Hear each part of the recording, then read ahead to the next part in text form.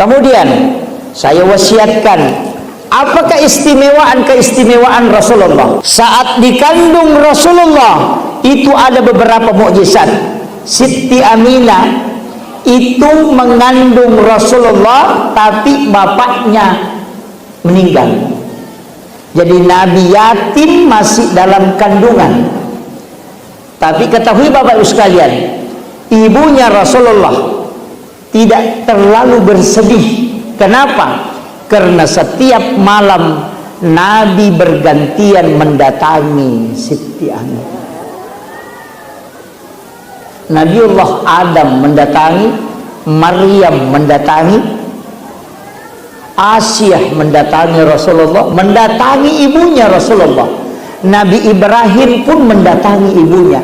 Sebenarnya ibunya Rasulullah itu sudah tahu bahwa orang yang saya kandung ini bukan manusia sembarang.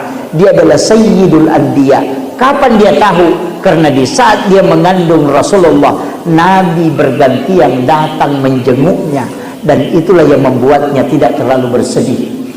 Maka siapa yang paling pertama mengimani bahwa bayi yang saya kandung ini adalah seorang Nabi dan Rasul adalah ibunya Rasulullah.